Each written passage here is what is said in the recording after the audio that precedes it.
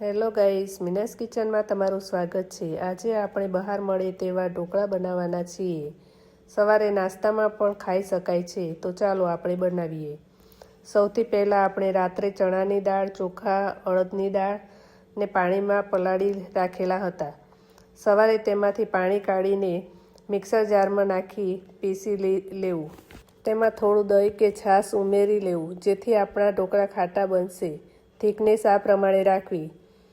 તેને 4-5 કલાક સુધી ઢાંકીને રહેવા દેવું। પછી ઢોકળા બનાવવા માટે આપણે એક સ્ટીમ કુકરમાં 1 ગ્લાસ પાણી નાખીને ગરમ કરવા મૂકી દેવું। ઢોકળાને ડીશમાં તેલ લગાવી લેવું। પછી બીજી બાજુ ઢોકળા મસાલો કરી લેવું। તેમાં લીલા મરચાંની પેસ્ટ, હળદર, મીઠું નાખીને હલાવી લેવું। પછી તેની ઉપર ઈનો નાખી તેની ઉપર લીંબુ નાખી લેવું। તમે ઈનો ઉપર પાણી પણ નાખી શકો છો। આ બાજુ આપણું સ્ટીમ કુકરમાં પાણી ગરમ થઈ ગયું છે, તો ડીશમાં આ પ્રમાણે બેટરને નાખીને તેની ઉપર મસાલો નાખી લેવો અને પછી તેને ઢાંકીને 10 મિનિટ સુધી થવા દેવું।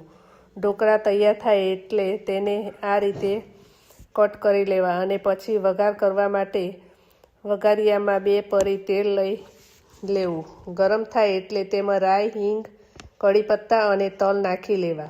પછી ઢોકળા પર નાખી લેવું અને પછી તેને એક ડીશમાં કાઢીને આ રીતે ગાર્નિશ કરી લેવું। તેને સોસ કે ચટણી સાથે ખાઈ શકાય છે। તમારા ગરમા ગરમ ઢોકળા તૈયાર છે। જો તમને આ રેસીપી ગમી હોય તો વિડીયોને લાઇક કરો, શેર કરો અને ચેનલને સબસ્ક્રાઈબ કરો। Thank you.